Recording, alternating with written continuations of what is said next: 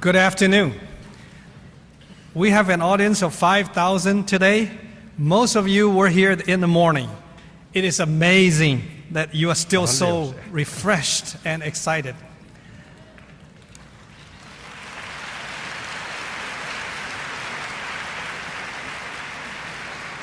We're all here to listen to His Holiness, the 14th Dalai Lama. In this morning, the Dalai Lama totally captured our minds by speaking on the nature of mind. This afternoon, he will talk about another fascinating topic on ethics for our time.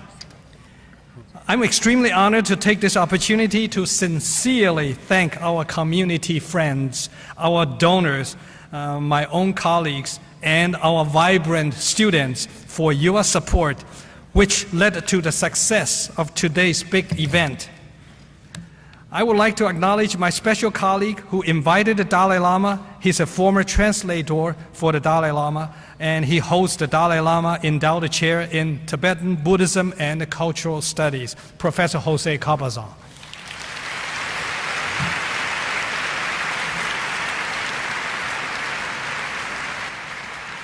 I would also like to recognize our Executive Dean of the College of Letters and Science, David Marshall. Dean Marshall has been a strong promoter for this event every step along the way. Dean Marshall.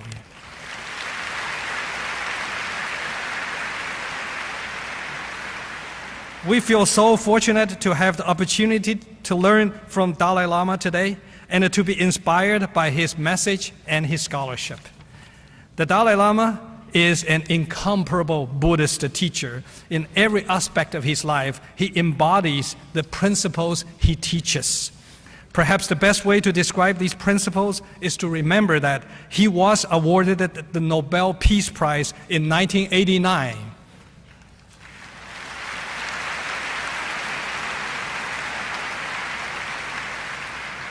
I might take this opportunity to mention that UC Santa Barbara is known for our Nobel laureates. And among the audience today, we have Nobel laureates in physics, in chemistry, and in economics, all here today to welcome His Holiness the Dalai Lama. Could my colleague raise your hand when you're here?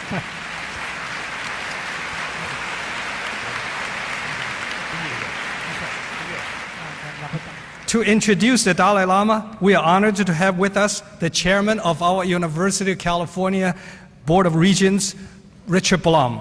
Richard Blum is the founder and the chairman of the American Himalayan Foundation.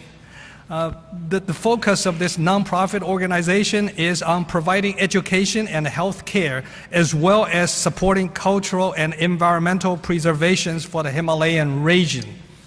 So I will now invite Dean Marshall to make some remarks regarding our academic program at the UC Santa Barbara, and then Regent Blum will introduce His Holiness the Dalai Lama.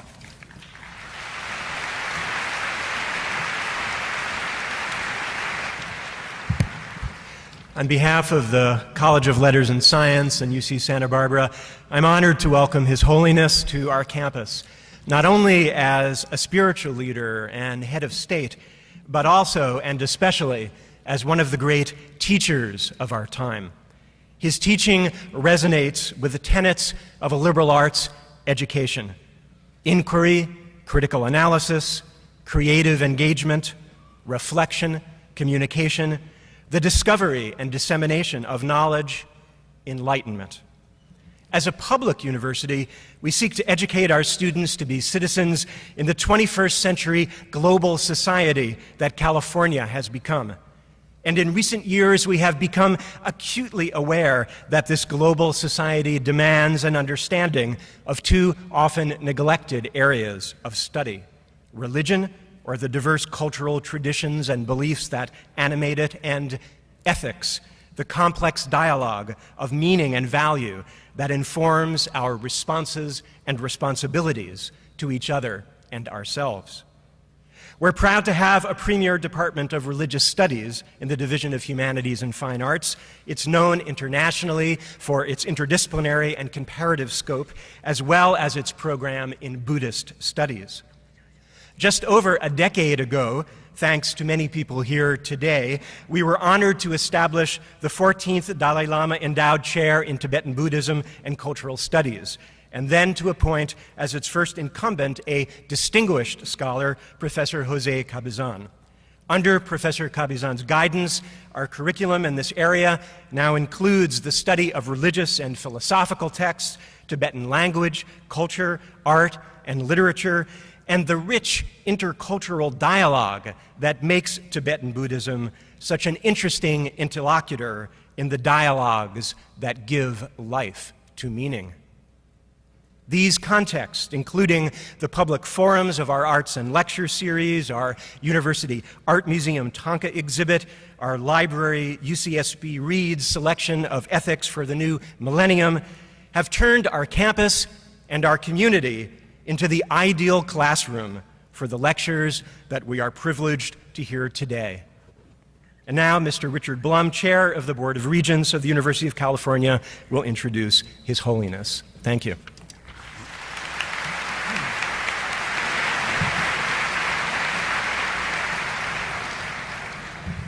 Thank you, Your Holiness, President Chancellor Yang. You know, it's a bit of a problem because most of you were here this morning, and I had a few pretty good lines, and I don't know whether I should repeat them or not. But let me just say this. A day like this is totally unique for me because the two things I probably care most about are the University of California and the Tibetan people, and having been associated with them both for longer than most of you here, I think, have been alive. Anyhow, this is a unique day. The university has had a long-standing relationship with His Holiness, and particularly UCSB. And the first professorship of the Dalai Lama Studies was here. His Holiness is going to visit two campuses, here in that smaller place up in Berkeley tomorrow. And as I said before, as chairman of the Board of Regents, it's supposed to be even-handed, and I did go to school at Berkeley, but when it comes to Tibetan Buddhist studies, there's no place like UC Santa Barbara.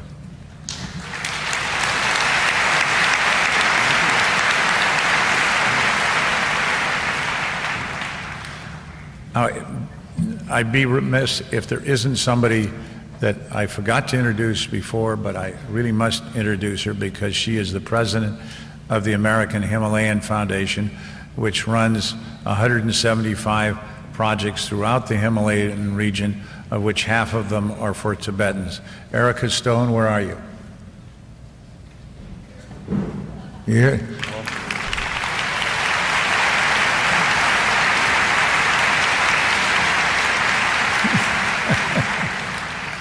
Well, one of the great honors and privileges of my life is to have known His Holiness for 35 years. As some of you may know, in 1978, my wife, Senator Dianne Feinstein, and I visited Dharamsala to invite His Holiness to come to the United States. When he arrived in, I think, June of 1979, it was his first visit to the United States. The Chinese didn't want him to come then. He did come then, and he's been coming virtually every year, sometimes twice a year since then. As someone, I didn't talk about this before, but I really feel a necessity to say this. My wife and I and many others have, where we've been able to talk to the Chinese leadership for a long period of time, tried to reconcile the differences. What the Tibetans are asking is very little, just to preserve their culture, to have an opportunity to be educated and to live their lives. The one thing that I must say to our Chinese friends is that oppression is never a final solution. Lies don't live forever.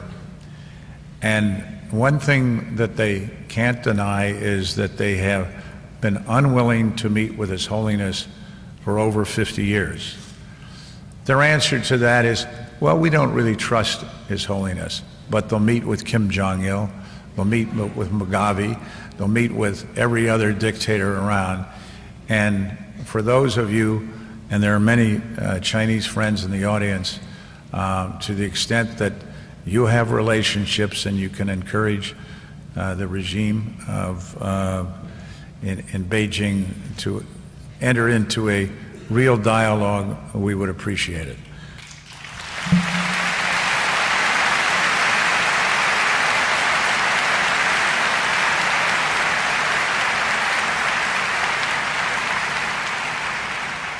In the meantime, with the American Himalayan Foundation, the International Campaign for Tibet, we will continue to support the Tibetans whenever we can.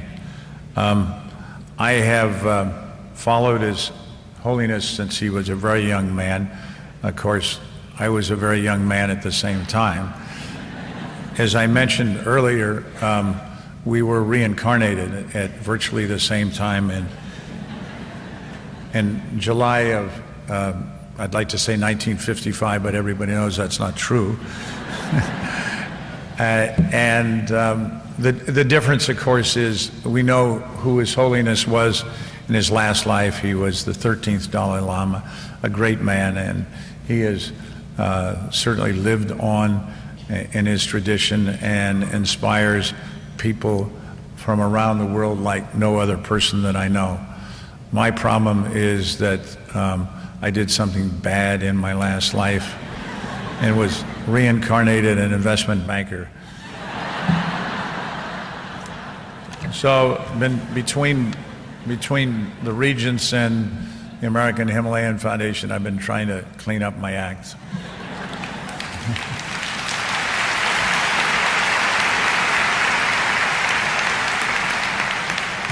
In any event, you didn't come here to listen to me.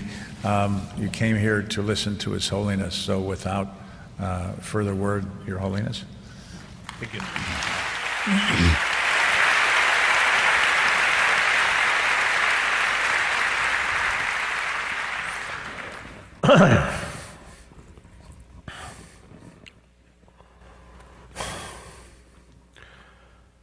Dear brothers and sisters,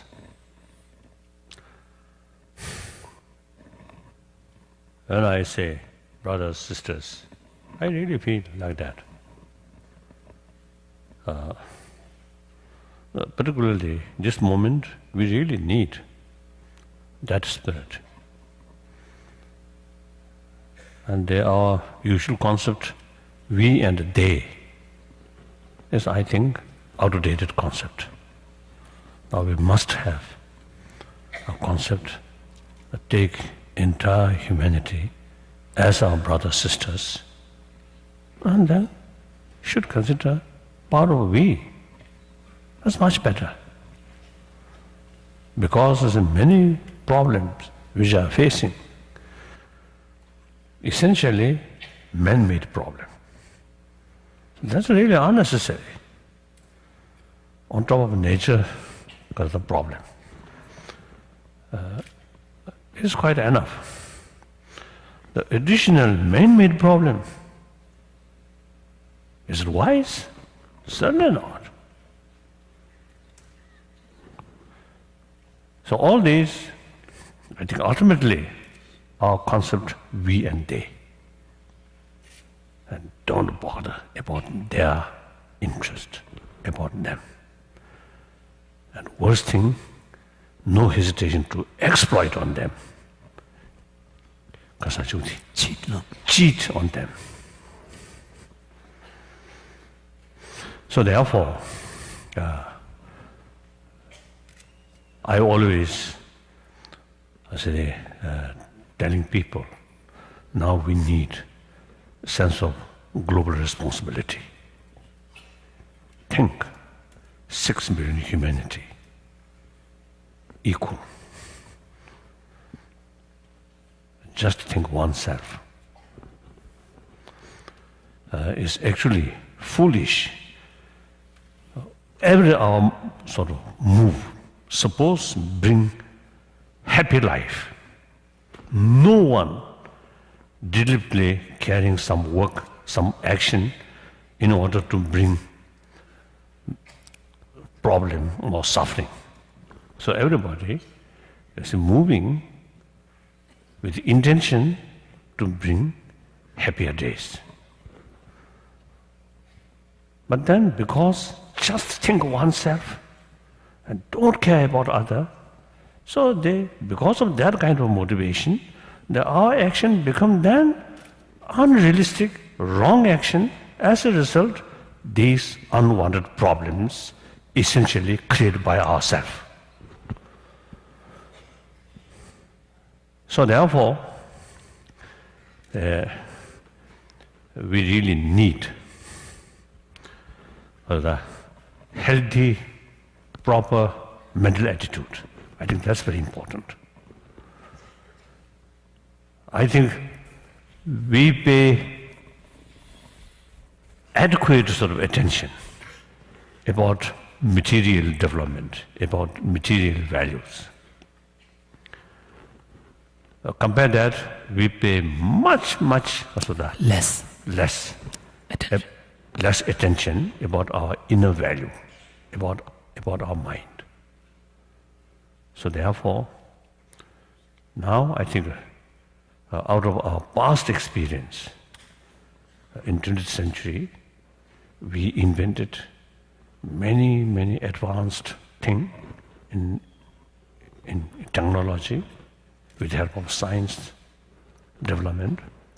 So, but sometimes some technology bring more fear, more anxiety. So now, judging from our experience which we gained in 20th century, now we are in 21st century. I think out of our past experience, now we have to think, what is wrong? Essentially,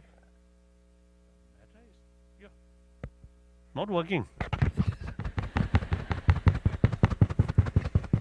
Test, okay now. So what I'm saying, I forget now. Oh, yes, matter is matter, no mind, isn't it? So the matter utilized by human being, that means ultimately matter used by mind. Something like that, isn't it? And then the very matter of happiness, joyfulness, is kind of mind. Mental state. Mental state, mental feeling. And similarly, pains and, of course, this I mentioned this morning. So apologize, I repeat that. So the pains and sadness, these things also, mental feeling.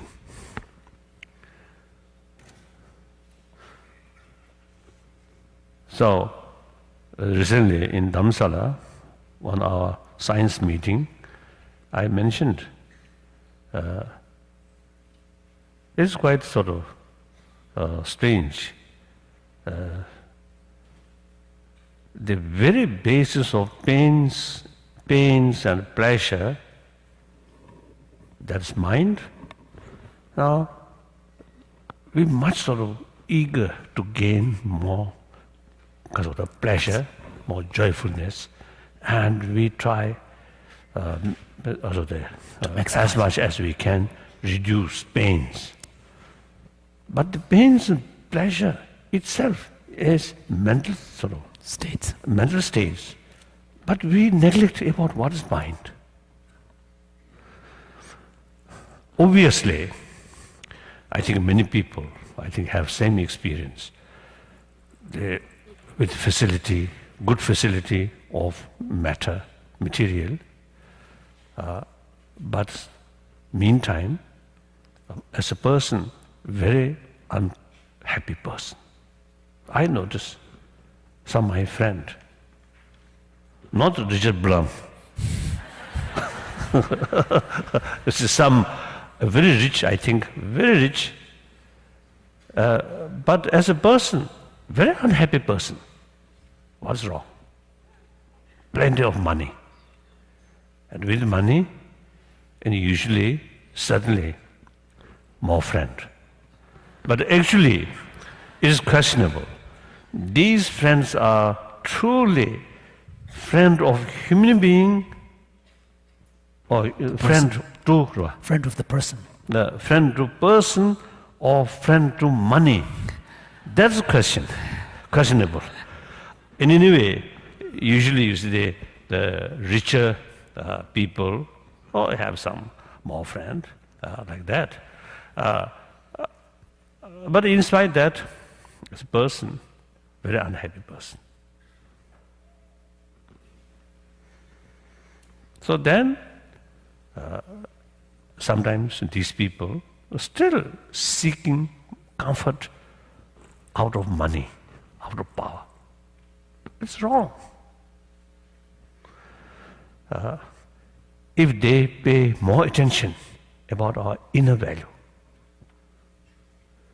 inner science, then most probably they may find more effective way to face their unhappiness. What do you think? Some sense?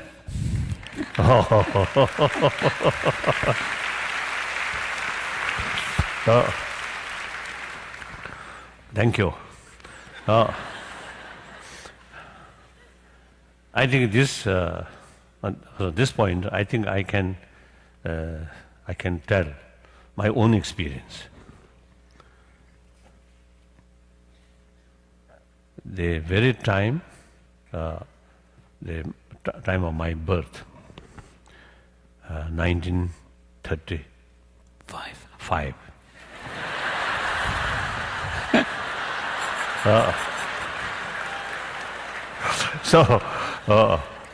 So at that time, about to start a Nazi sort of power in Europe, in Germany.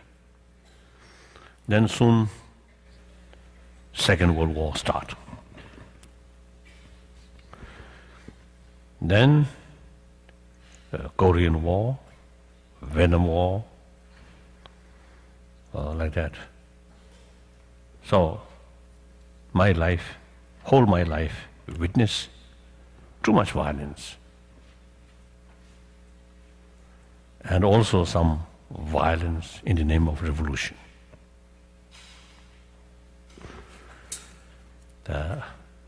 I think most cases fail to bring real happy world, healthy world.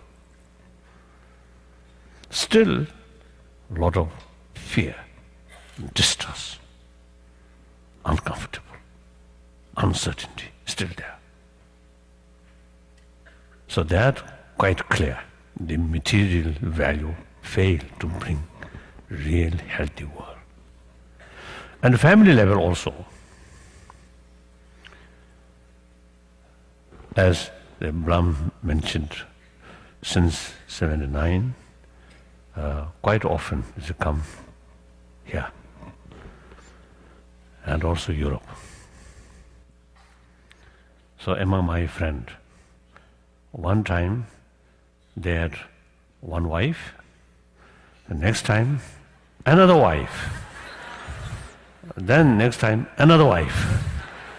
So happy marriage and divorce, again marry, divorce. So those people who have no children, then okay, better. Enjoy short moment, then forget, then try find another one. Okay, doesn't matter. If not thinking seriously about moral principle. But then with children, it's really tragedy. Nowadays, you see children. Children sort of entire their trust, relying on their parent. and divided. I think sad. So these things also is a sign of some problem in the family level also. And then, from time to time, some unbelievable sort of incident, shooting in classroom, innocent sort of student. Also sign of something lacking. And like Japan, I was told, it is growing number among students take suicide.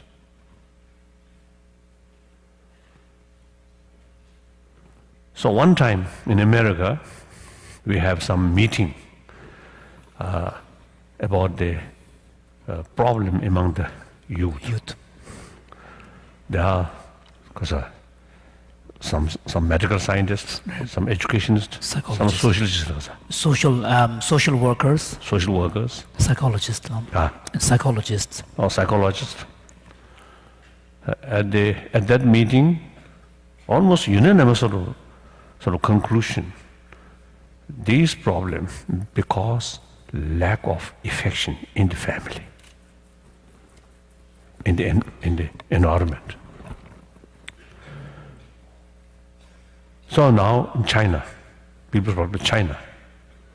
As far as material thing is concerned, now rapidly developing.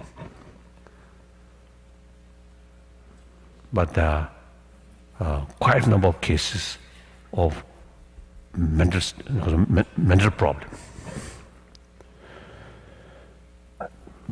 So therefore, and then is my own sort of now case. Then at the age 16 year, I lost freedom and remain constant fear, suspicion, difficult. Except short period.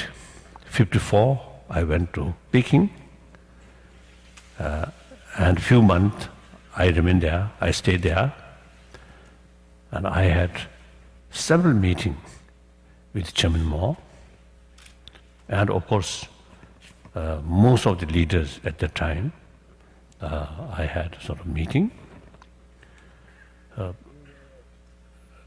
As a result of these sort of meeting with these people, these leaders are genuine revolutionary. Their whole life truly dedicated for the well-being of the people, especially working class people. Wonderful. Then, particularly Chairman Mao, at that time, so I really developed genuine respect and admiration about his sort of work for revolution. And many party members, many of them, the member of Long March. So really dedicated. So then 55, I returned from Peking. So on the road, I met General Tang Guohua. Is the sort of in our autonomous sort of preparatory committee. He was the deputy chairman. So on the road, he come from Lhasa to go to Peking. I come back from Peking on the road. In Gongbo area, we met. But then I told him, last year, when I coming the same road, coming to Peking, my mind full of suspicion, fear, doubt. Now I'm coming back full of confidence. So then that feeling till 56. So except that period, it's a constant fear, doubt. Then age 1924, I lost my own country. The last 50 years now. Still a lot of problem, a lot of sadness, a lot of heartbreaking news. During this period, money failed to bring peace of mind. Consolation. Consolation. Of course, I love used to watch. So some beautiful watch also fail to bring inner comfort.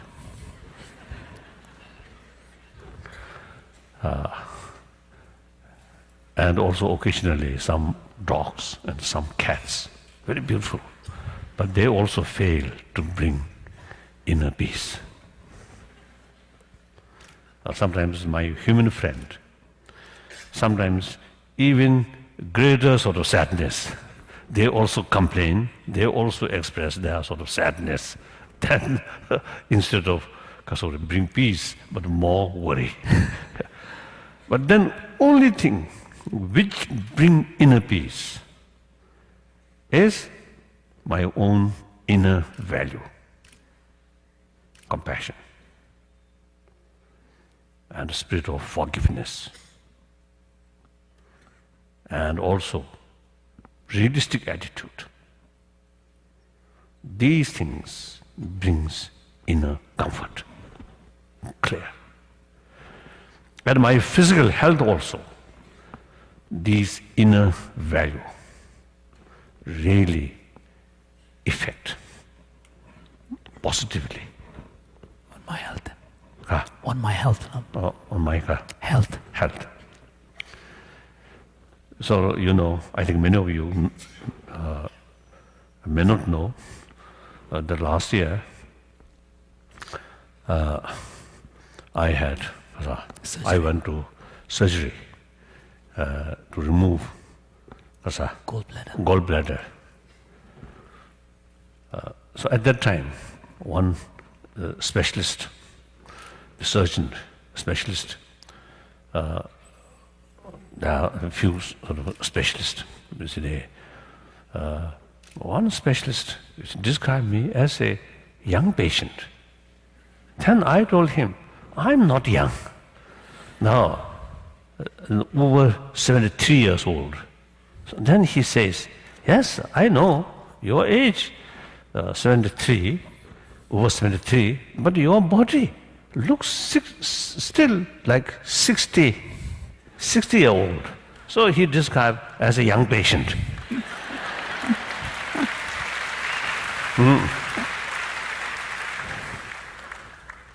So that shows my mental peace, inner sort of strength, I think really makes differences about body element.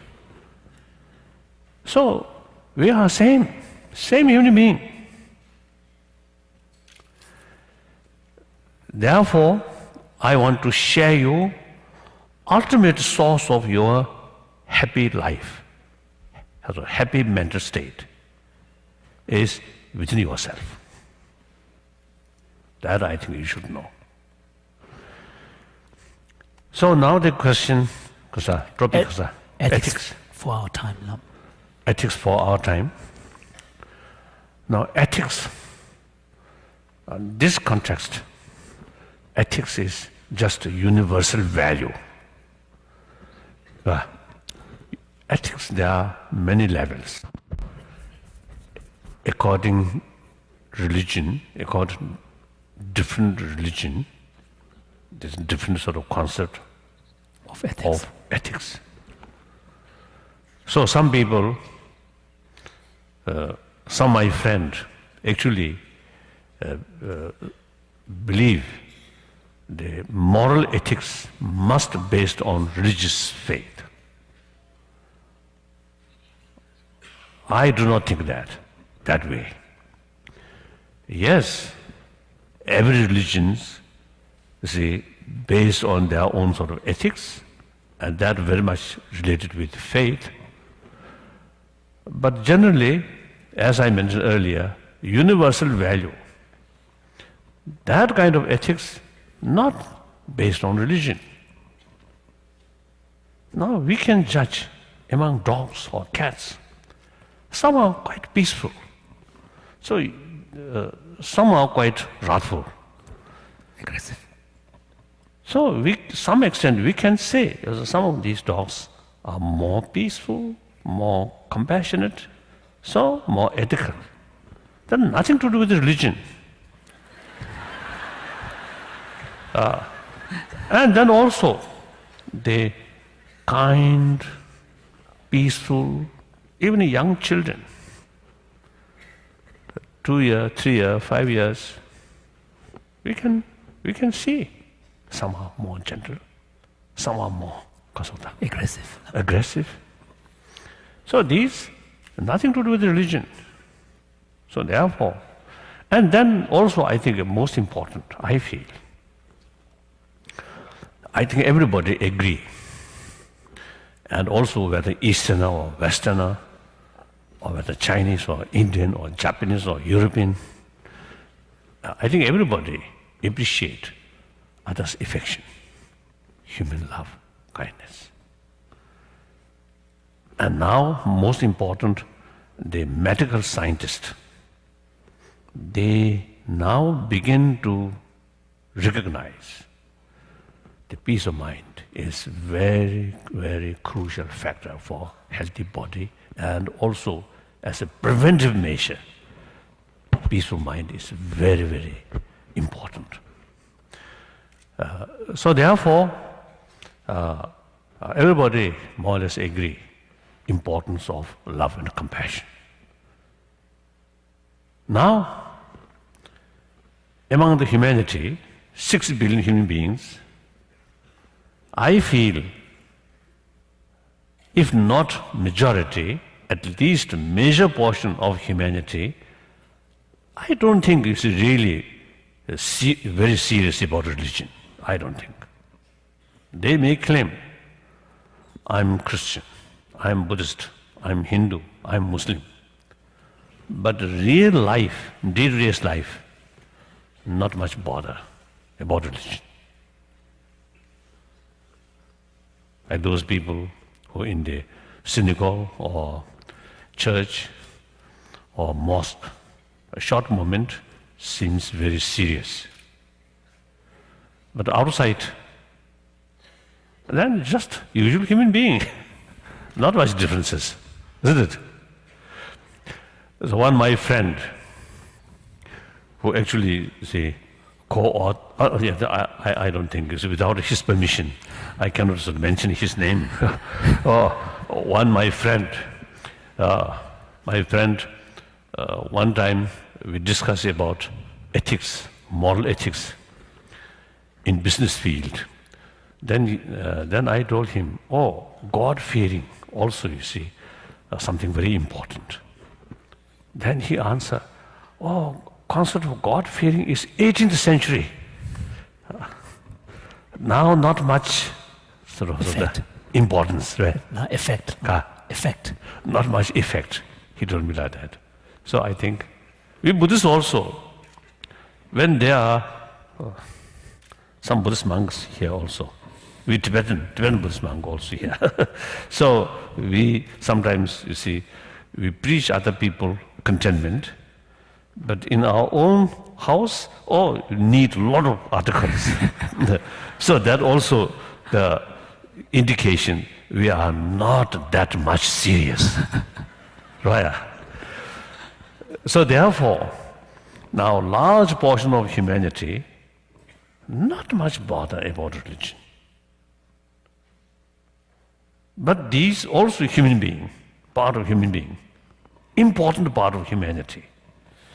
So we must find ways and means to reach these people about importance of moral ethics.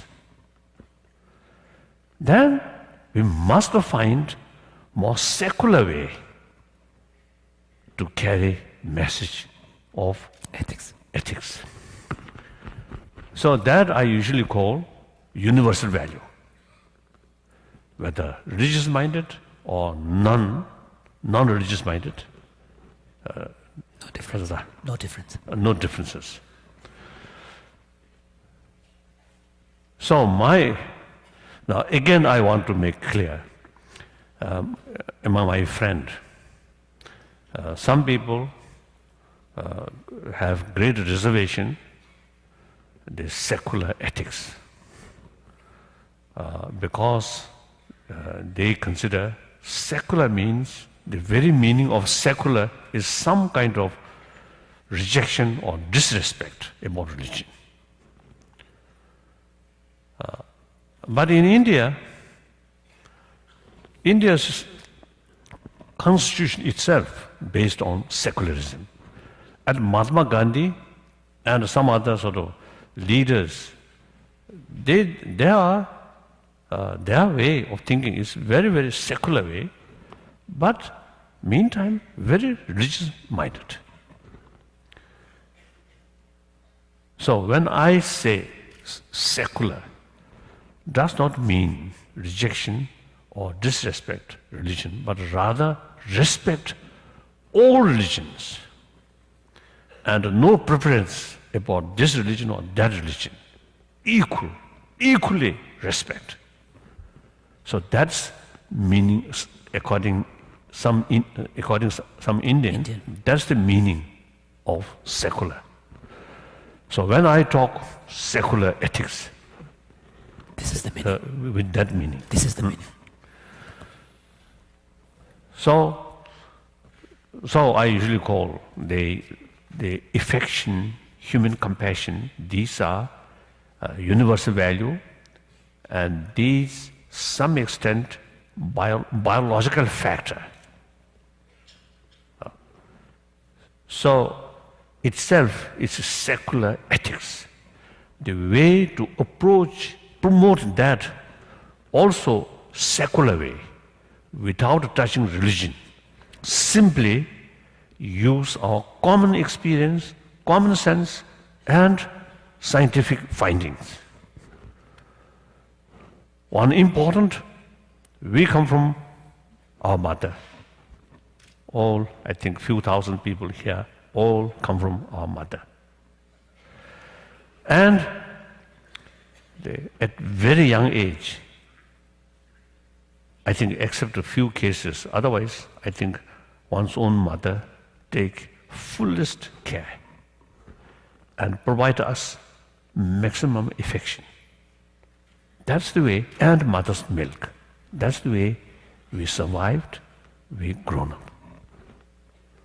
So we can see those children who at a young age, who experienced fullest care from mother, their mind, their mental state, as well as the physical state, their education, everything much more smooth.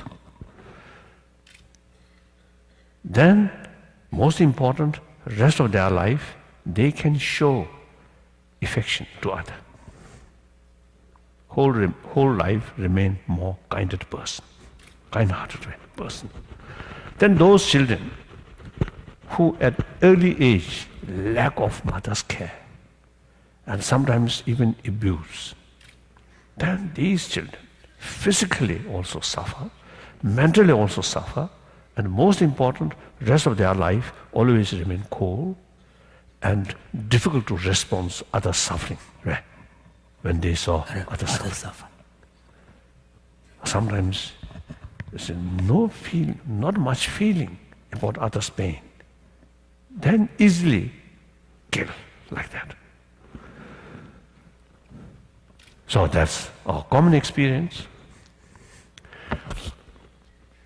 Just at press meeting I mentioned my own case, and occasionally I mentioned my own case. My mother, just a villager, villagers of women, farmer, no education, illiterate. Yeah. Illiterate, but a very, very kind one. So sometimes I feel At that time, of course, my part, no appreciation of my mother's kindness. Even I manipulate. I think I take advantage. So at the press, I mentioned, my mother's kindness actually, in a way, spoiled me. So I become more aggressive.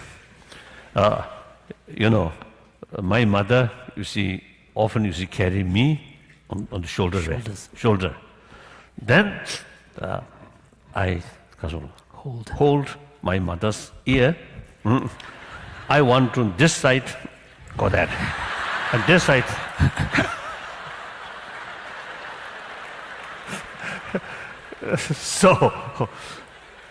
So one young boy, such a sort of stupid bully on one's own mother.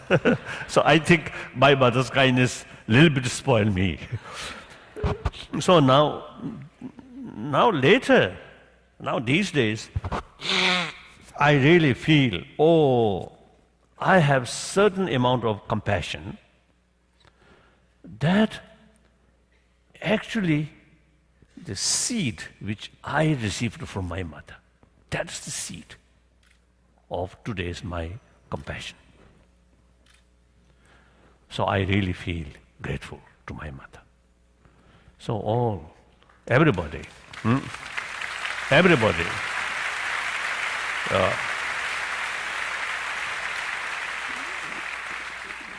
generally speaking, it's the same sort of experience. So everybody, come our life where? Begin our life. Begin our life under mother's affection. So now here, the affection, in some extent, or affection here, I usually make distinction. Love, compassion, affection, biased one, and unbiased one. Biased one, limited. Unbiased one, infinite. The biased one is more simultaneous. Spontaneous. And that very much related with biological factor.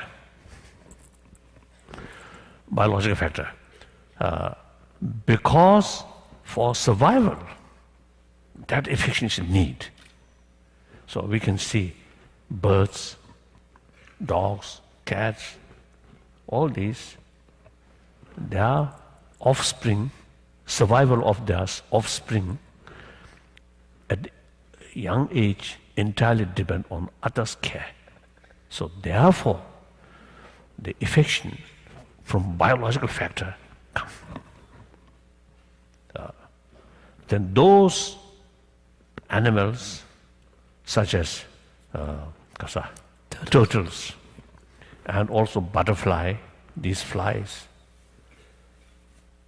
you see, their survival not depend on mother's care. So there is no affection. I often telling and wish some experiment, some investigation. Those turtle mother lay down egg, then left. No kasoda. Never meeting. That's nature. Nature created that way. So therefore, the young turtle, if we put together young turtle and their mother put together, I don't think either side have the capacity to show affection. Because not necessary. The rest of mammals, which their survival entirely depend on others' care, then affection comes. Because affection brings energy. Energy brings the action, even sacrifice their own life for the sake of their children. So this is biological factor. But biological factor, spontaneous sort of affection, that is limited. And everybody at a young age You see, we very much appreciate that. Then grown up, and our intelligence become greater. The basic human good quality then become less and less. Not balanced. Then the aggressiveness take the upper hand, and basic human good quality then become weak. So now here we need effort out of awareness. These basic values, basic quality, good quality, now must nurture to sustain and further strengthen. Now here training our mind with awareness of the positive thing, usefulness. Then through that way, with effort, training, and increase these qualities. This quality. Then with help of training, with help of wisdom or awareness, then these biased affection become unbiased, infinite. That's truly loving kindness. So now the previous one, there's unbiased love, compassion, very much mixed with attachment. The second one, unbiased one, detach. So now here important is, firstly, realize the positive emotion, such as affection, compassion. At individual level, very important, bring more inner strength, inner comfort. With peaceful mood, we can handle better all problem. Agitated mind, difficult, often become wrong method, wrong way handling the problem. So, because logically, whether even you say harming other people, you should follow realistic method. Then effective countermeasure. Effective measure. Then more suffering, more pain can put on them. If your method unrealistic, then the other may laugh at you. So therefore, any action with certain purpose, carried realistic way, the desired purpose can fulfill. Unrealistic approach often fail to bring the result. So therefore, in order to carry realistic approach, it is very important to know the reality. Agitated mind cannot see the reality. My American scientist about mind, one time I met in Stockholm, in Sweden, and he told me when people lost anger, then the object which you feel angry, that object appears negative. So there, the negativeness, actually 90% of that negativeness is mental projection. This is exactly Nagarjuna stated. When our destructive emotion develop, the object, the negativeness, much exaggerated. Similarly, attachment, also the positiveness of that object also exaggerated. So, with that, you can't see the reality. So then,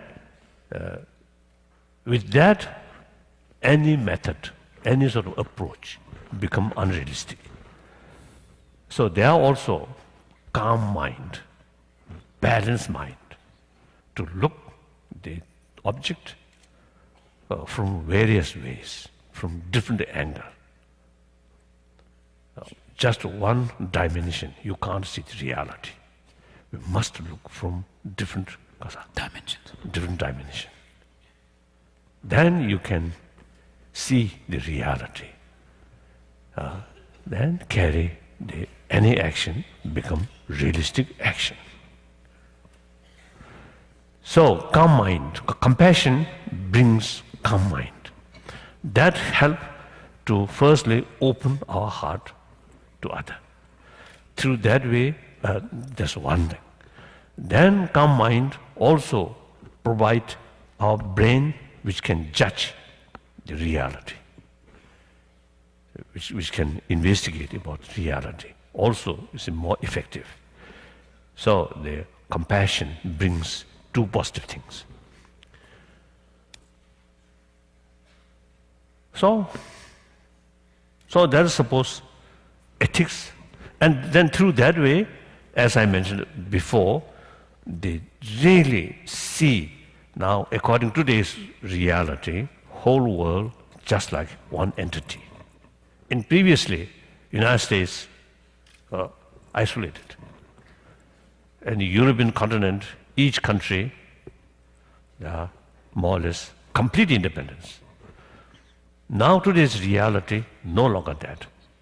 Everything interconnected, interdependent. So under that circumstances, according to that new reality, the concept of we and they is no longer relevant. Must look whole world as a one entity, just we. So the mind of compassion also, you see, immense helpful to bring that kind of, that kind of attitude. So since such things brings more peaceful, more joyful, less problem, so it called ethics.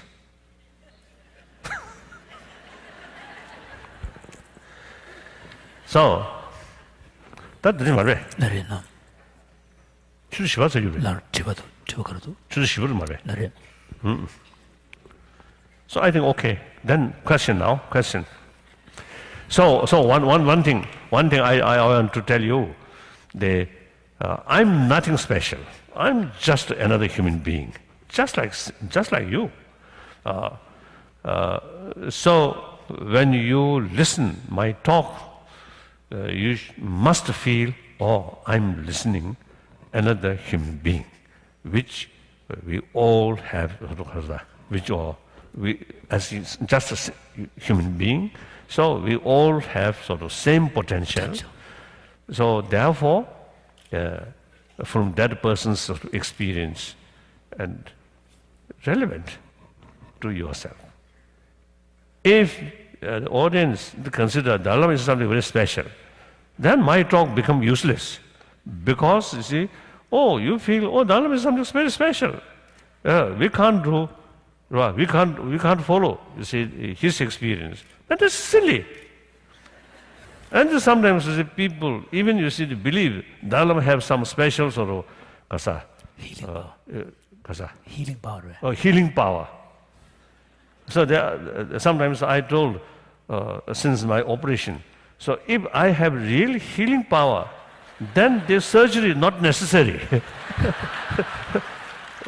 So the surgery itself clearly sort of shows I have no healing power.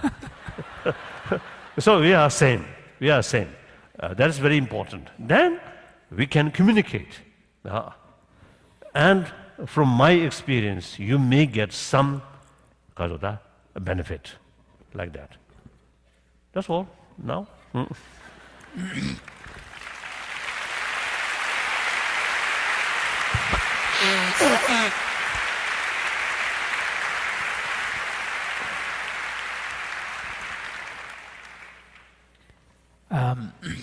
How would you advise college students who are engaged with social and political issues apply their passion for humanity to the world, considering the inevitable corruption in all areas of life, government, state, church, etc.?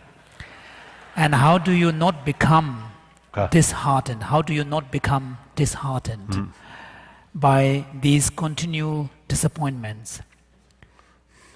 And if people do not or choose not to live up to your standards? Then firstly, our human society, the negative things bound to happen. At the meantime, even these corrupted people, sooner or later, they have to go. They will go.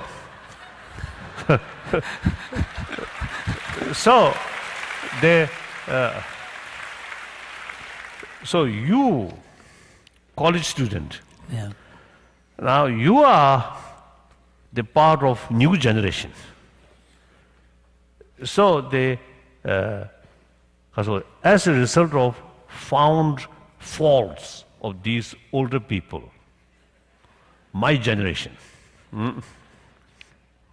or the Chancellor also, I think, my generation.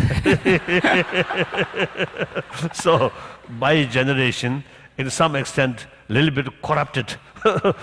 Now, seeing their sort of wrong, false, now you yourself should not follow that and try to create new healthy society.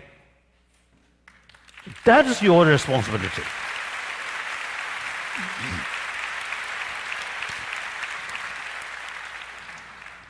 New healthy society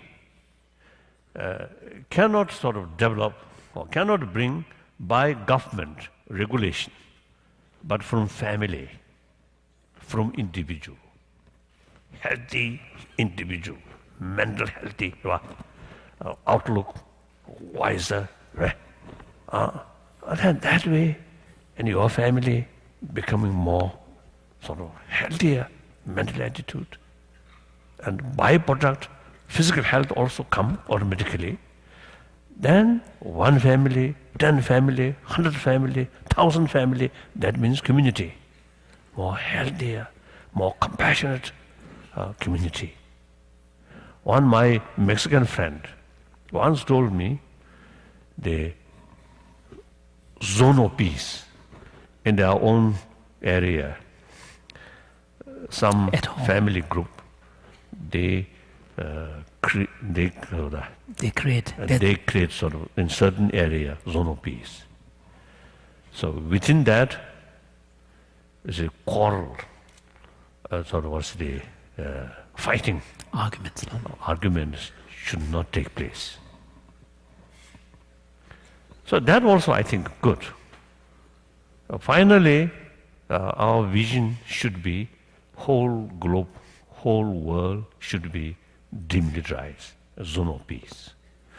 But for that, step by step, we have to create step by step.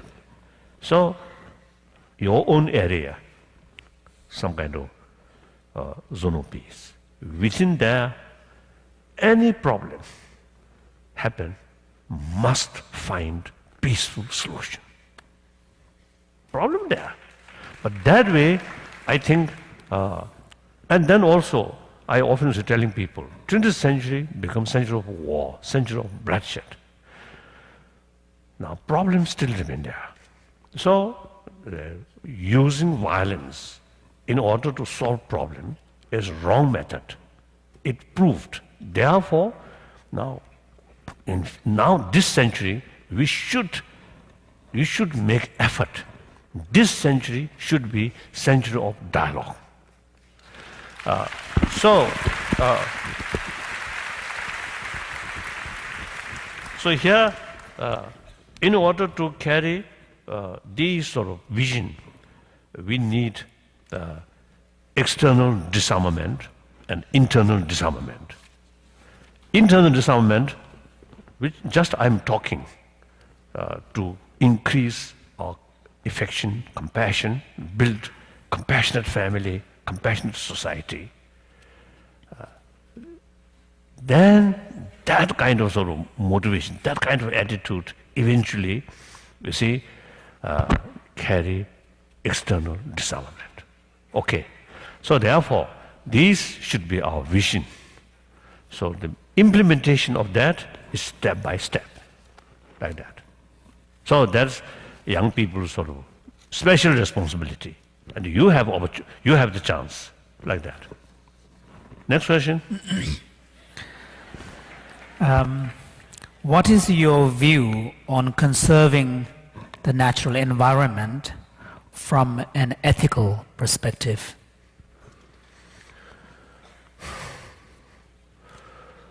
No, ethical or not, this planet is our only home.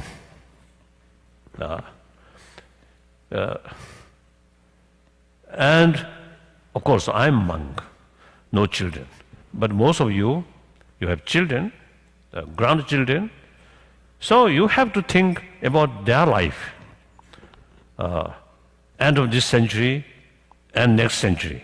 You have to think.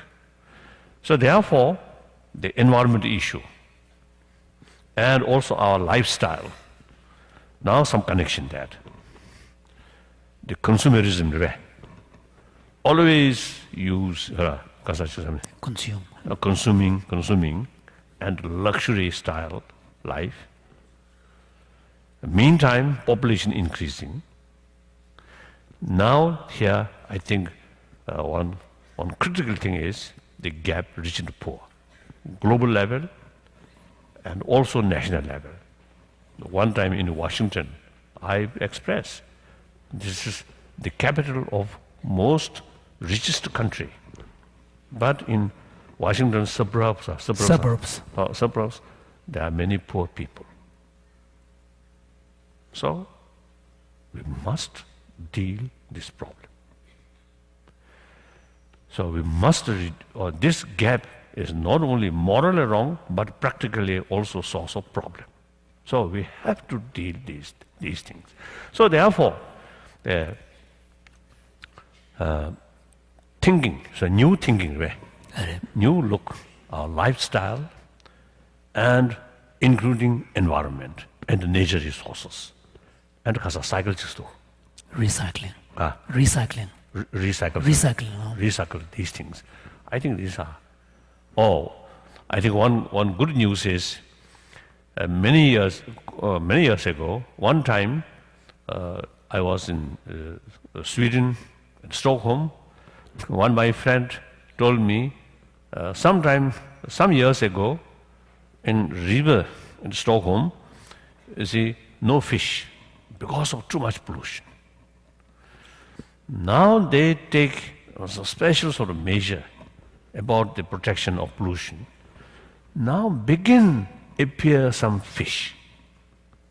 And also one occasion in Germany, actually, you see, I visit some factory, very clean factory, although more expensive, they told me, but the result or effect for environment is immense. So we have the technology, we have the capacity without damaging economy. Without damaging economy, the fullest sort of protection of environment. So these are, I think, wonderful. So think these lines and implement. So so therefore, these are meant for our next generation, next generation. That I think very important. That also some kind of ethics, responsibility. Ethical responsibility. Like that. I think the world today's economic crisis, in a way, I think good lesson. There's a limitation. Many.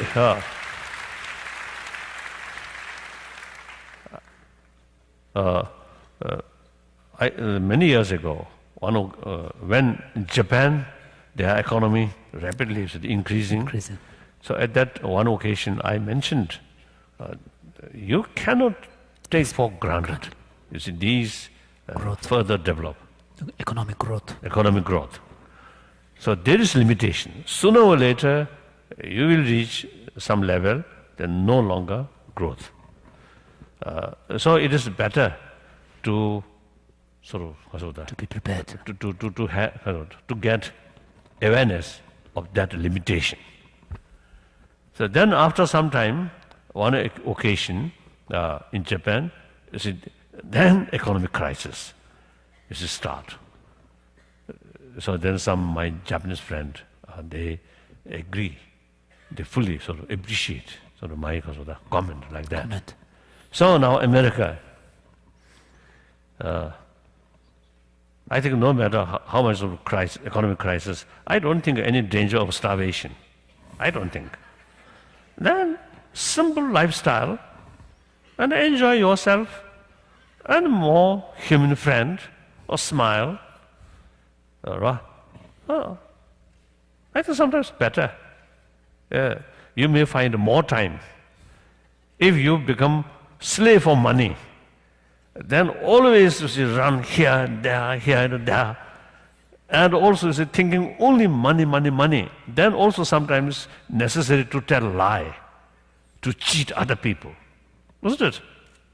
Perhaps more ethical life, maybe better.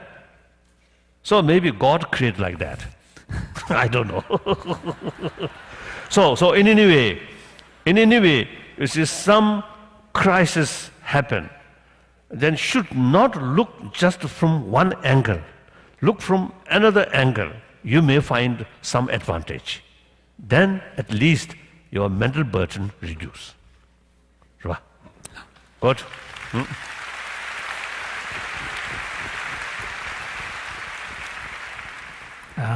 These are some personal questions.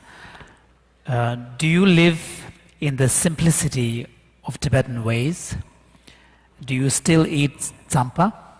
Correct. Tsampa. Tsampa. Alone. And do you have a garden? Kasa. Do you have a garden? Garden? And do you garden? Garden chive se. No. Yes. At Dharamsala, I have one kasa. Greenhouse. Greenhouse. And different variety of flower. I love flower. And sometimes the Dharamsala climate too much wet and hot. So some flower, my favorite flower, like a delphinium, in Lhasa grow very well, but Dharamsala difficult. Otherwise, it's a lot of, and also different kind of new flower also there. So myself gardening now no longer. Just enjoy their color, their shape, and without touching.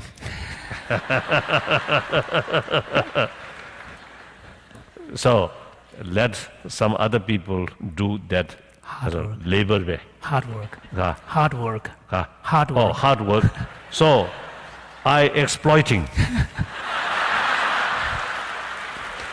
Tsamba is concerned. Tsamba,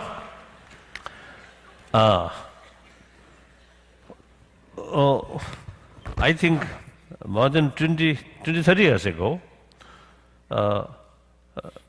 then I didn't have Tsamba. I did not take Tsamba. Just bread, like that. Then Tibetan, coming from Tibet, then I advise, and also I learned some nutritionists say Tsamba is very good for health. And later I found some Chinese also now found to take Tsamba. So therefore, I advise the Tibetan. One time, one Tibetan who visited Lhasa, who visited in Kham area, and while he going and coming back, he spent some time in Lhasa.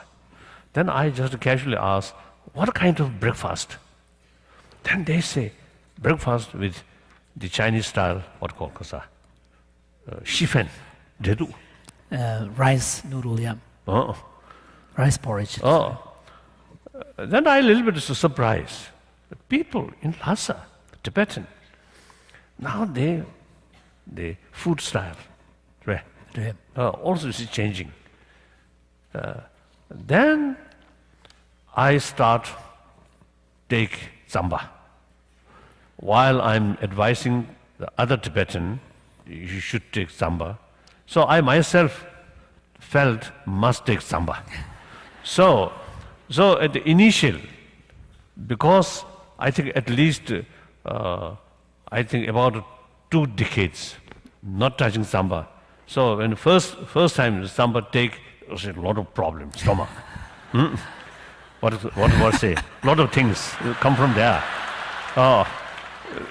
So then I adopt scientific way. One day, 1 spoon Tsamba. That about 2 days, 3 days. Then 2 more spoon. Then 3, 4, 5, 6 spoon. Then eventually, okay. So now, since then, I always take my breakfast, except in aeroplane. One time, my German friend, I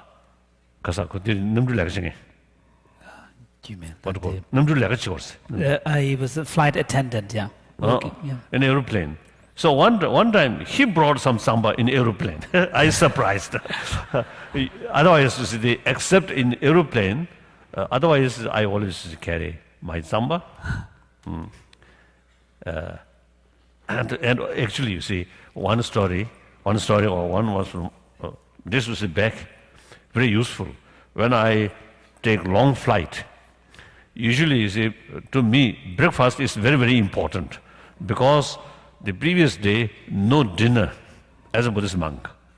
Some occasionally I take something, but usually it's no dinner. Therefore, next morning, I always feel hungry. So, in aeroplane, breakfast, some air good, some quite poor. So therefore, I always prepare some bread in my bag. So in Delhi airport,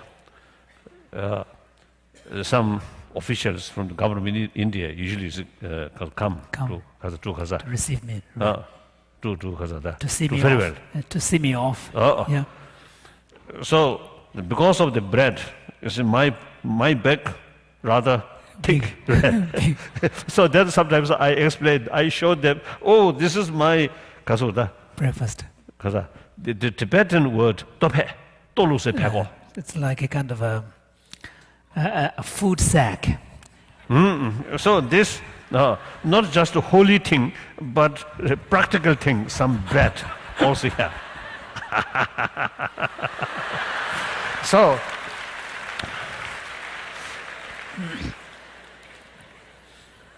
I think here some Tibetans, I think eating Tsamba is very, very important. I think very good for nutrition and also for blood pressure and some other, I think the sugar level. Some people say very good for preventive, like that. Then? In the documentary Unwinking Eye, it's a television documentary program, Unwinking Eye, you meet with scientists concerning the interface between science and Buddhist practices such as meditation. However, you say that neuroscience is unable to truly understand the systems which underlie and integrate science and religious practice without understanding of reincarnation. If we as scientists are to explain phenomena from the perspective of physics, genetics, neurobiology, and so on, what are the major philosophical and systemic issues that have to be dealt with in the sciences in order to make sense of reincarnation? Now here, firstly, I always keep my mind. From my tradition, that's Buddhist tradition, from my tradition, how much I can contribute for well-being of humanity. Never thinking how to propagate Buddhism. Now, meeting with scientists, discussion with scientists, the main motivation, not seeking some kind of backing Confirmation. or Confirmation. from science. Simply sort of mutual learning. Explore. There are certain things which not that much detailed information in Buddhist science as far as material is concerned, matter is concerned. So very helpful to learn from them. Then science of mind is concerned, Buddhist or ancient Indian thought, quite rich. So we can able to give them some information, new information. So I always say, make clear, our dialogue is not dialogue between science and Buddhism. No. But science and Buddhist science. Buddhism divided three parts. Buddhist science, Buddhist concept or philosophy, Buddhist religion. So, about rebirth or salvation, nirvana, these things are Buddhist concept. Truly Buddhism. So, nothing to do with science. Science about mind, about emotion, and how to deal emotion on this conventional level. Like that. So when we reach now a certain sort of concept, then I usually say, oh, this is Buddhist business. And also some my Christian friend, or late, for example, late Father Wayne. Brother Wayne. Brother Wayne. Wayne Teasdale, yeah. He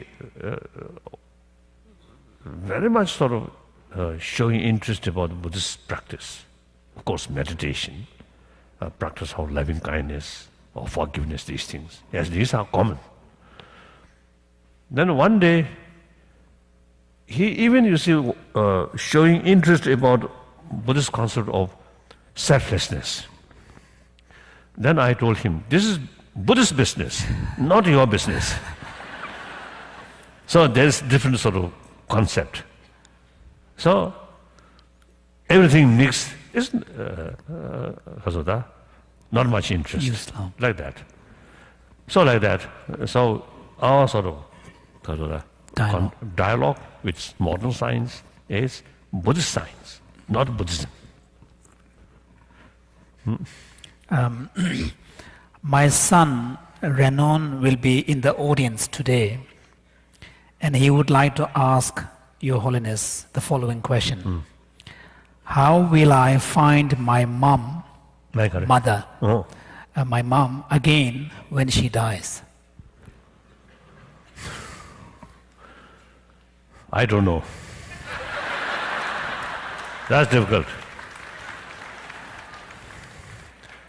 And practically also, my own mother, I want, where my mother, but I don't know.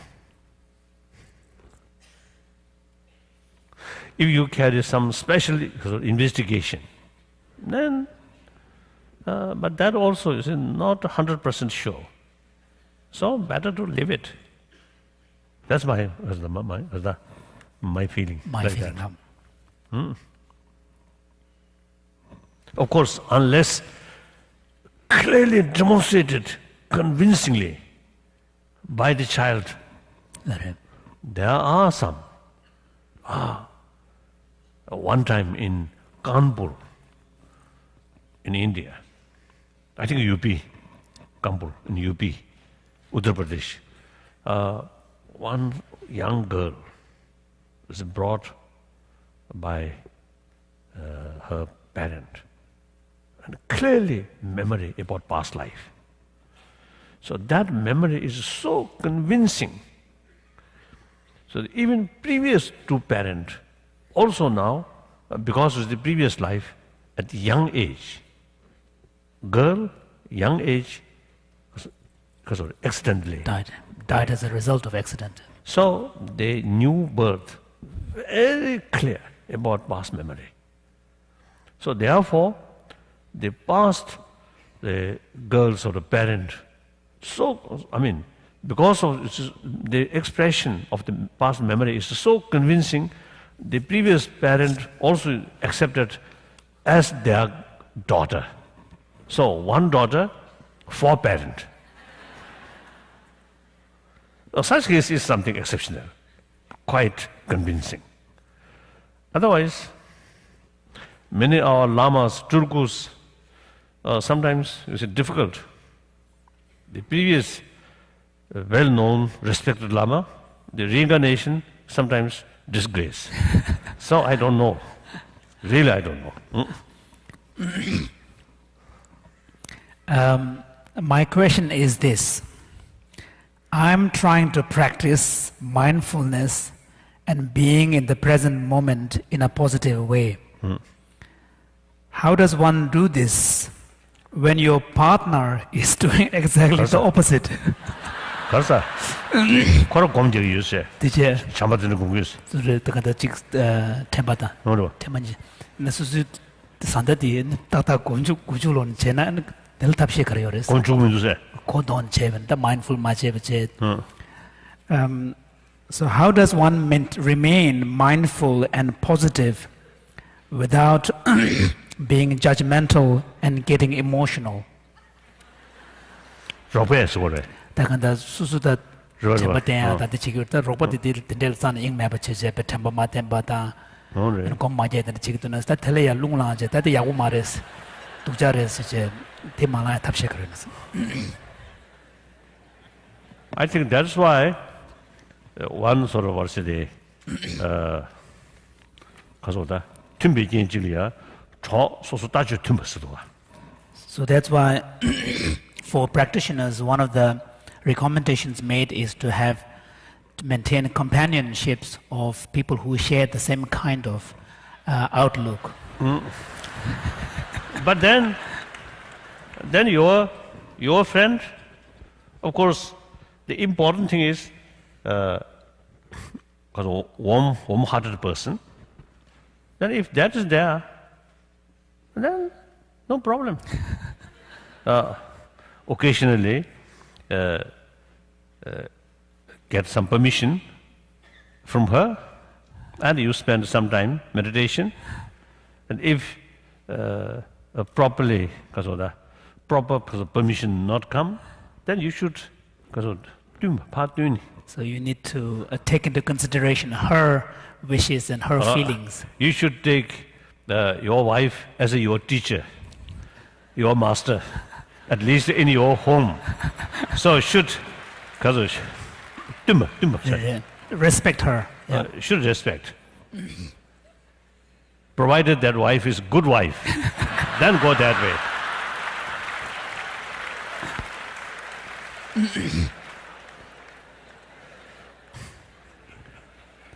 So that is one consolation survey. Consolation for monk, celibate person. Now we are truly independent. The married person, of course, short moment very happy, but actually half your freedom lost.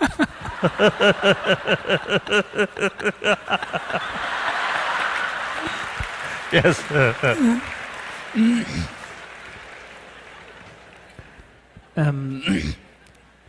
Do you think it is possible to be a political leader and a religious leader at the same time, and at the same time be effective at each job?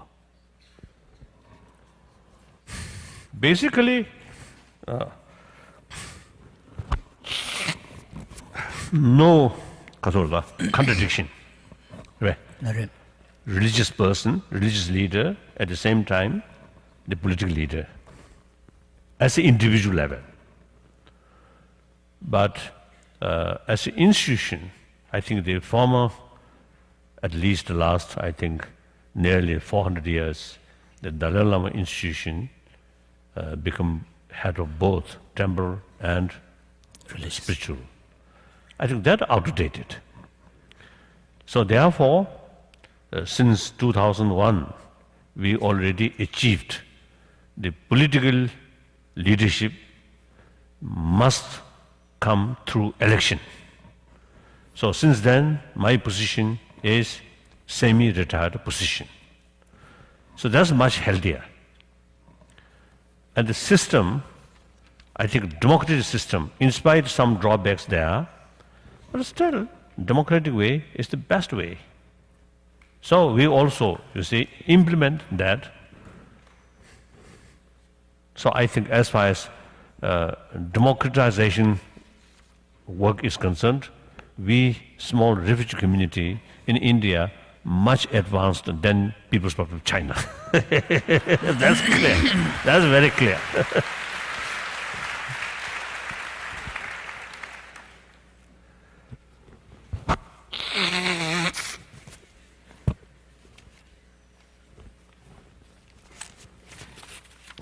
I think that's all. That's one last question. Last. Yes. I think still. Okay. 15 minutes. My question is, how does one stop the internal struggle and keep the peace in the face of stress, such as financial worries, relationship problems, and physical pain, and so on? When life becomes such a hard work, how do you maintain a peaceful and happy heart? Mind, like matter, many components. There are many components. Many components. Even tiny flower, lot of particles. Then you see, bring shape, color, life, all these things. So similarly, mind, not just one single absolute one. No. Many elements. So as I mentioned earlier, healthy mind. Firstly, of course, compassion, these things are important. And also wisdom or intelligence, also very, very important role. Then each compassion, practice of or training of compassion, and the training of intelligence or awareness, many other elements. And then, as external thing, the development of the flower need certain time. Time factor also important. So similarly, our mental change, transformation of our emotion also take time. So the regular effort, consistently, very important. One short period, rigorous sort of training, then nothing, then again not good. Like flower, the watering, sun regularly, not too much, not too little. Too little. So similarly, training of our mind also quite similar. We take various sort of aspects. Right? Some Tibetan master say, learn all. When a tenzing lo shukcharu duguduna, medawa some dons. Tawa, Tanjog leading the Tagazik Tonave Suchituna, Tanjing of some dons. This one, tenzing lo shukshamu guduna, ya dame but some dons. Zakorko Kadu lo Jaya the Kajun. So there's a Tibetan saying by masters who say that if observing your own kind of mental states, if you recognize that there is a greater tendency towards kind of grasping at things to be permanent, then you need to apply the antidote, which is to reflect more on impermanent and transient nature of things. And if you begin to recognize in yourself a tendency to take kind of your own time not that seriously, then it is important to reaffirm your awareness of the preciousness of the human existence. And the existence as human being accords you the opportunity to recognize that preciousness. Similarly, if you begin to recognize in yourself a greater tendency towards grasping at your own self and ego, then again you need to apply the antidote to reduce that kind of strong grip on your own kind of personal ego. So this suggests that the specific application of antidote corresponding to whatever problems there are is crucial. And like a physical health, the immune system, if immune system good, then some viruses may not disturb much. But if your immune system, basic body's element weak, then even the tiny sort of germs or virus, it can create a lot of problem. Similarly, mental health is concerned. Your basic mental attitude is sound. Then, such as these sort of unfortunate things happening here, may not disturb much. But your basic mental attitude is weak. Then even tiny problems bring a lot of ups and downs. So now here, I think firstly, according to Buddhism or according to Jainism, which concept law of causality. Then all facilities which we consider something positive, ultimately all are under karmic or ignorance. Domination. So anything which under domination of ignorance is essentially suffering. So when we face some problem, it simply indicates its ultimate nature. So nothing sort of surprising. The body, in spite, take maximum care, some problems. That shows its basic sort of nature is suffering nature. That's Buddhist viewpoint now. There are three levels of suffering. Suffering of suffering, suffering of change, and suffering of conditioning. Suffering of conditioning. Conditioning. So understand these things. Then there will be no surprise. Oh, it's quite natural. Isn't it?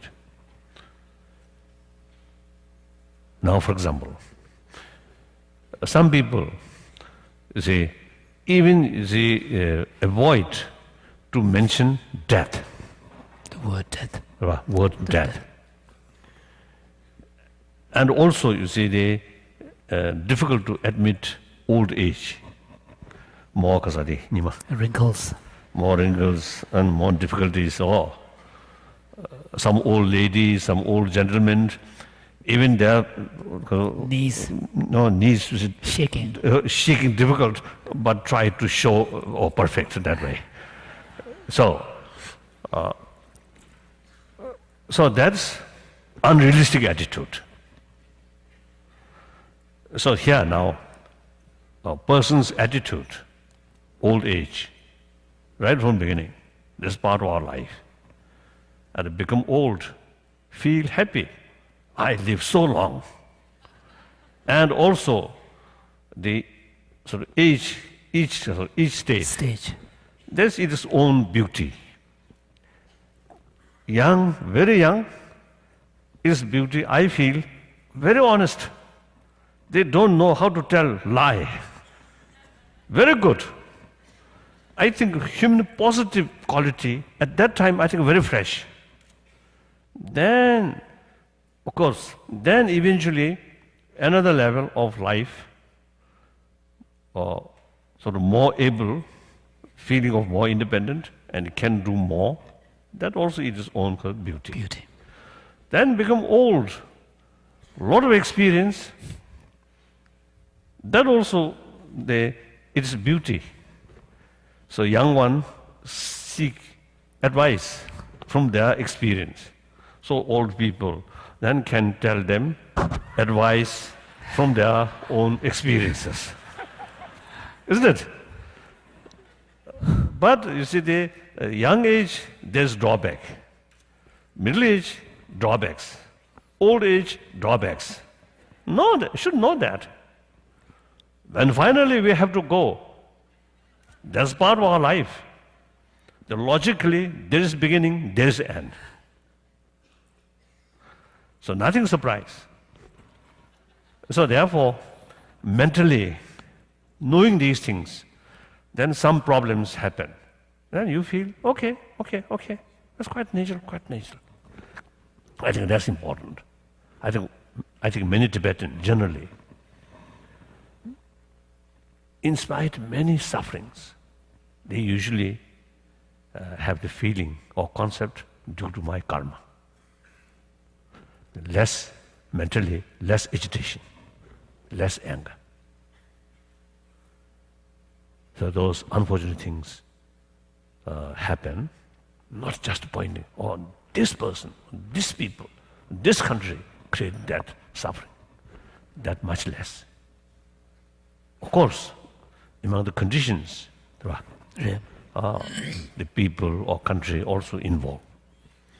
But equally, my own karma involved. So then, the intensity of anger to blame, much less. Result, much happier.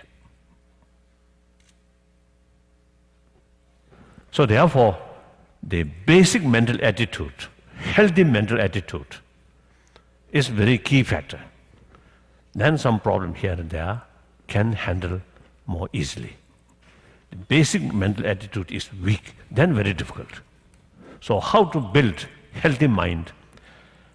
And if you believe God, yes, think God, and certain things generally consider bad, but there must be some reasons. God is full of compassion, full of energy. So that also helpful, isn't it? Then, non-believer, fact is fact. The Shantadeva sort of advice, catches yourself. The Buddhist Master Shantideva gives an advice that if the problem is such that if there is a solution, there is no need to worry about it. If there is no solution, then there is no point in worrying about it. So that's a very realistic attitude. Things are beyond our control. But then too much worry, too much anger is foolish. And I accept that. So I think realistic approach is, I think, very important. And my own case, of course, I cannot say my action is realistic. I cannot say, but basically, when some problems face, I always try to look from different angle.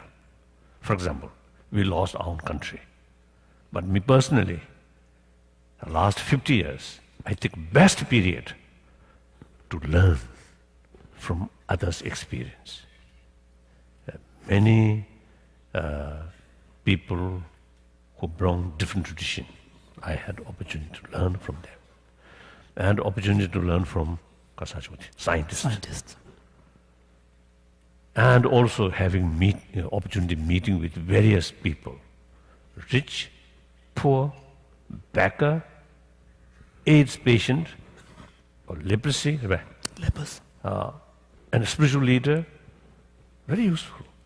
Each time I can learn something, gain experience. So if still, I suppose in Lhasa, in Potala, in holy place, and remain as a holy person, I don't think these sort of experience can get. So therefore, looking from that angle, of course, lost our own country, a lot of suffering inside Tibet. That's sad. Otherwise, me personally, very fortunate. So sometimes I really feel gratitude to Chinese communists. Ultimately, they create using this opportunity. So good, like that. So looking from various angles. Then another thing, one face problem. You must look that problem from distance, from holistic way. Then that problem become smaller. If you just look that problem closely, then immense. But from wider perspective, 6 billion human beings there. Each one have some problem. I think here, few thousand people here. If we ask each one, I think each one have some kind of problems. No single person who have no problem. And I think last several sort of generations, same experience. In the future, till humanity remain this planet, problem is endless problem. So that's the nature of life. That's the reality. So looking at that, then your mind something Opens up. something open, so helpful. So now for, I think, exact time. So good night.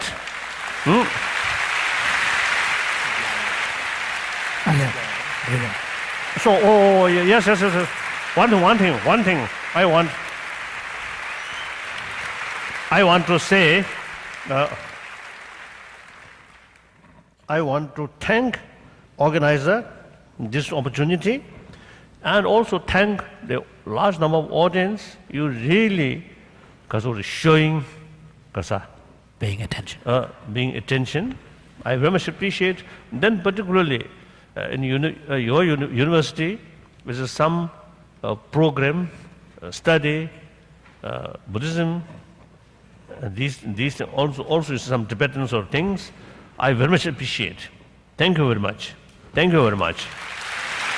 So.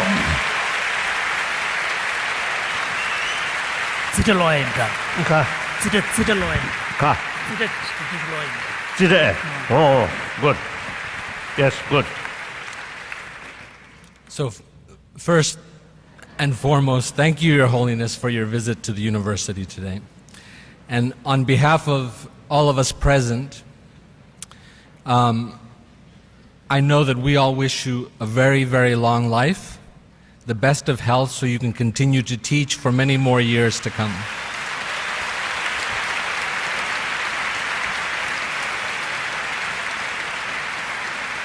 And I know that I speak for all of us here when I say that it's our sincere hope that you will come again and again to our community.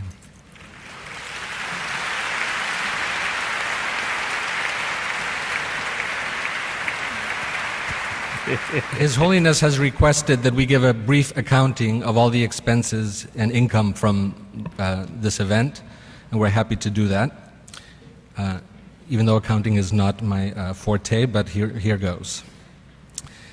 The pre-production expenses, including website creation, advertising, and ticketing, came to $62,500. The actual events on campus, including all production expenses, stage, sound, videography, lighting, labor, parking, and food for Sangha workers and special guests, $142,600. Airfare for ground transportation, lodging, and food for His Holiness and the entourage, $62,900. Expenses related to security, $30,489. And post-production expenses, including audio and video editing and transcription costs, $9,000. The total expenses came to $307,587, and the total income from ticket sales, $372,340. This leaves a surplus of $64,753, and this amount will be sent to the Office of Tibet in New York for distribution to charitable causes identified by His Holiness.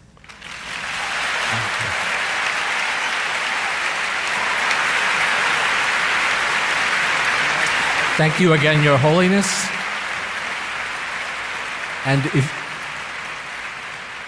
thank you again, Your Holiness. Please come again, and if you could all please remain in the auditorium for a few moments while His Holiness leaves, that would be appreciated. Thank you all for coming tonight. Thank you.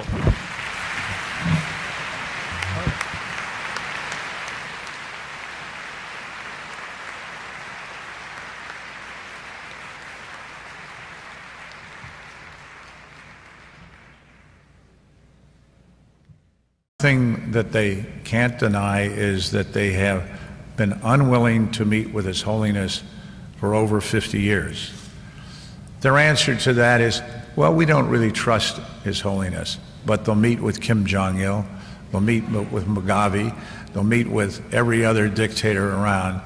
And for those of you, and there are many Chinese friends in the audience, to the extent that you have relationships and you can encourage the regime in Beijing to enter into a real dialogue, we would appreciate it.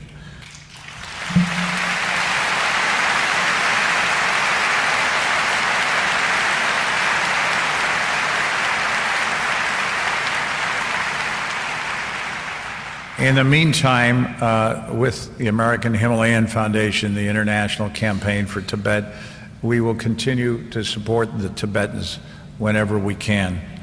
I have followed His Holiness since he was a very young man. Of course, I was a very young man at the same time. As I mentioned earlier, we were reincarnated at virtually the same time in July of, I'd like to say 1955, but everybody knows that's not true.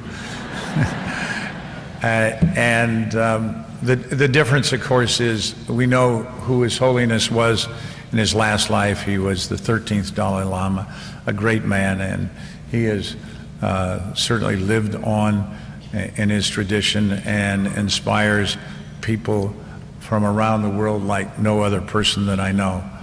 My problem is that I did something bad in my last life and was reincarnated an investment banker. So between the Regents and the American Himalayan Foundation, I've been trying to clean up my act.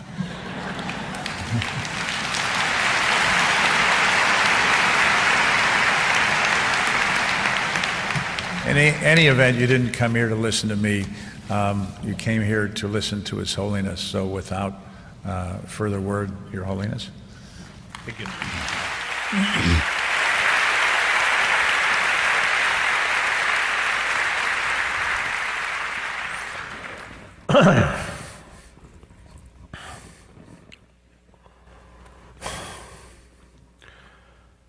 Dear brothers and sisters,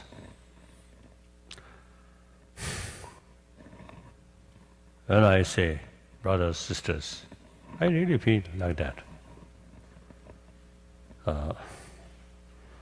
Particularly this moment, we really need that spirit. And our usual concept, we and they, is, I think, outdated concept.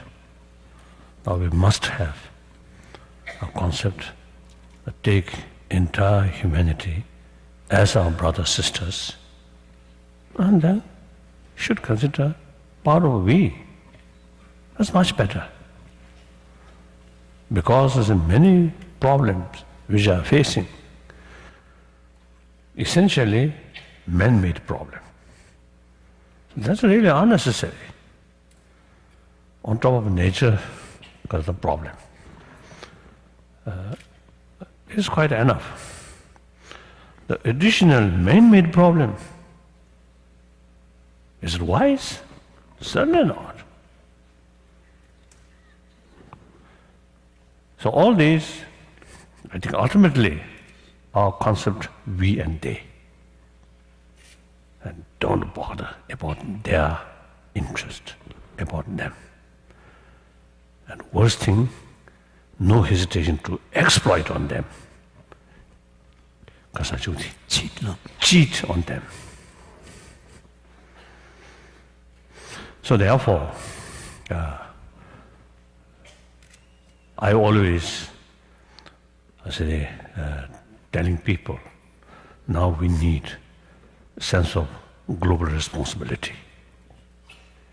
Think, 6 billion humanity, equal. Just think oneself. Is actually foolish. Every our sort of move, suppose bring happy life. No one deliberately carrying some work, some action in order to bring problem or suffering. So everybody is moving with the intention to bring happier days. But then because just think oneself and don't care about other, so they, because of that kind of motivation, our action become then unrealistic, wrong action. As a result, these unwanted problems essentially created by ourselves. So therefore, we really need the healthy, proper mental attitude. I think that's very important. I think we pay adequate sort of attention about material development, about material values. Compare that, we pay much less attention about our inner value, about our mind.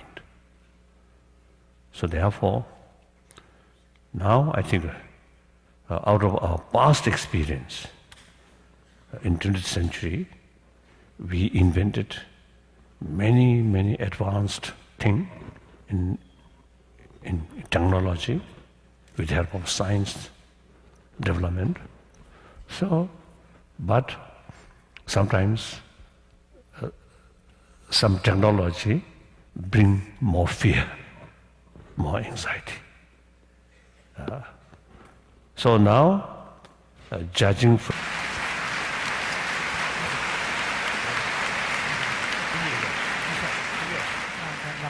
To introduce the Dalai Lama, we are honored to have with us the chairman of our University of California Board of Regents, Richard Blum. Richard Blum is the founder and the chairman of the American Himalayan Foundation. The focus of this nonprofit organization is on providing education and health care, as well as supporting cultural and environmental preservations for the Himalayan region. So I will now invite Dean Marshall to make some remarks regarding our academic program at the UC Santa Barbara, and then Regent Blum will introduce His Holiness the Dalai Lama.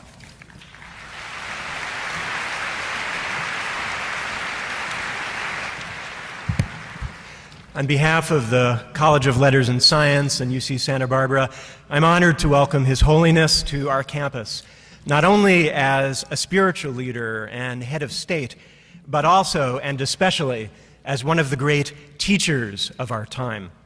His teaching resonates with the tenets of a liberal arts education: inquiry, critical analysis, creative engagement, reflection, communication, the discovery and dissemination of knowledge, enlightenment. As a public university, we seek to educate our students to be citizens in the 21st century global society that California has become. And in recent years, we have become acutely aware that this global society demands an understanding of two often neglected areas of study: religion, or the diverse cultural traditions and beliefs that animate it, and ethics, the complex dialogue of meaning and value that informs our responses and responsibilities to each other and ourselves. We're proud to have a premier department of religious studies in the Division of Humanities and Fine Arts. It's known internationally for its interdisciplinary and comparative scope, as well as its program in Buddhist studies.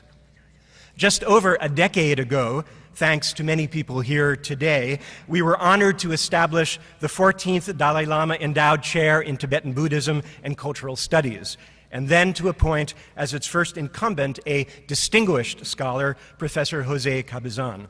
Under Professor Cabezan's guidance, our curriculum in this area now includes the study of religious and philosophical texts, Tibetan language, culture, art, and literature, and the rich intercultural dialogue that makes Tibetan Buddhism such an interesting interlocutor in the dialogues that give life to meaning. These contexts, including the public forums of our arts and lecture series, our University Art Museum Tonka exhibit, our library UCSB Reads selection of ethics for the new millennium, have turned our campus and our community into the ideal classroom for the lectures that we are privileged to hear today. And now, Mr. Richard Blum, Chair of the Board of Regents of the University of California, will introduce His Holiness. Thank you.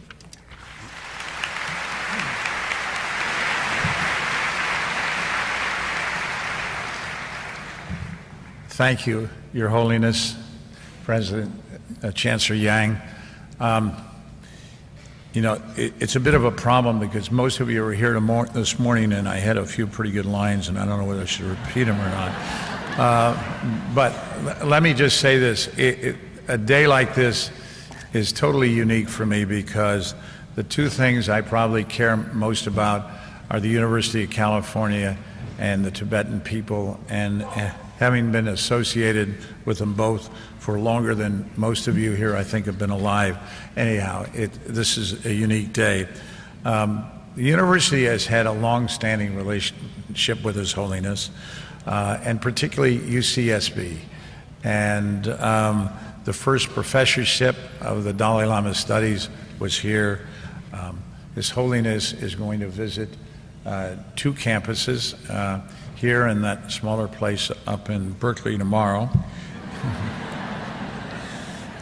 And as I said before, as chairman of the Board of Regents, supposed to be even-handed, and I did go to school at Berkeley, but when it comes to Tibetan Buddhist studies, there's no place like UC Santa Barbara.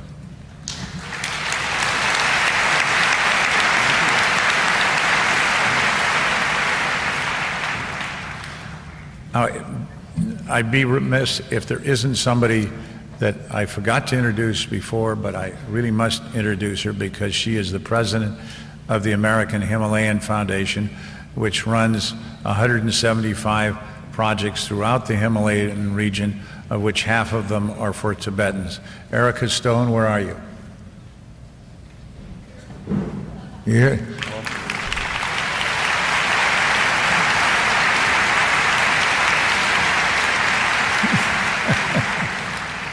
Well, one of the great honors and privileges of my life is to have known His Holiness for 35 years. As some of you may know, in 1978, my wife, Senator Dianne Feinstein, and I visited Dharamsala to invite His Holiness to come to the United States. When he arrived in, I think, June of 1979, it was his first visit to the United States. The Chinese didn't want him to come then. He did come then, and he's been coming virtually every year, sometimes twice a year since then. As someone, I didn't talk about this before, but I really feel a necessity to say this. My wife and I and many others have, where we've been able to talk to the Chinese leadership for a long period of time, tried to reconcile the differences. What the Tibetans are asking is very little, just to preserve their culture, to have an opportunity to be educated and to live their lives.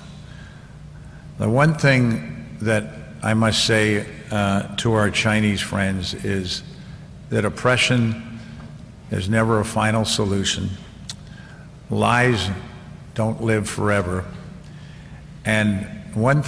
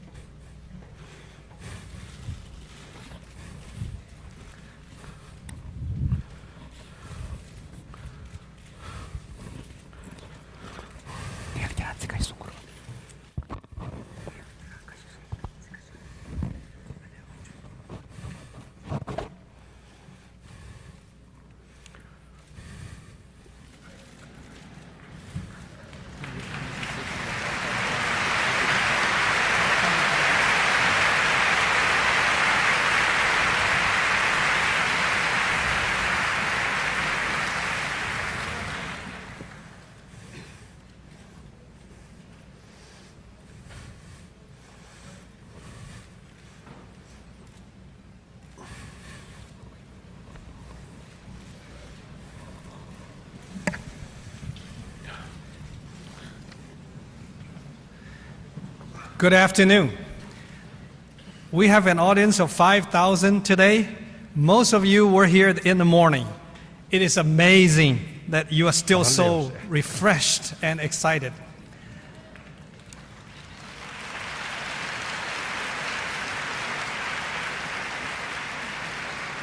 We're all here to listen to His Holiness, the 14th Dalai Lama. In this morning, the Dalai Lama totally captured our minds by speaking on the nature of mind. This afternoon, he will talk about another fascinating topic on ethics for our time. I'm extremely honored to take this opportunity to sincerely thank our community friends, our donors, my own colleagues, and our vibrant students for your support, which led to the success of today's big event. I would like to acknowledge my special colleague who invited the Dalai Lama. He's a former translator for the Dalai Lama, and he holds the Dalai Lama Endowed Chair in Tibetan Buddhism and Cultural Studies, Professor Jose Cabazon.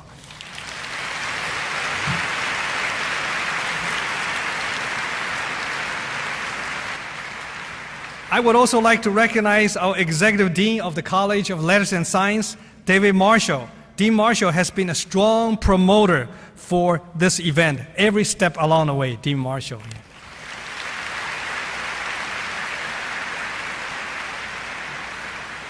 We feel so fortunate to have the opportunity to learn from Dalai Lama today and to be inspired by his message and his scholarship. The Dalai Lama is an incomparable Buddhist teacher. In every aspect of his life, he embodies the principles he teaches. Perhaps the best way to describe these principles is to remember that he was awarded the Nobel Peace Prize in 1989.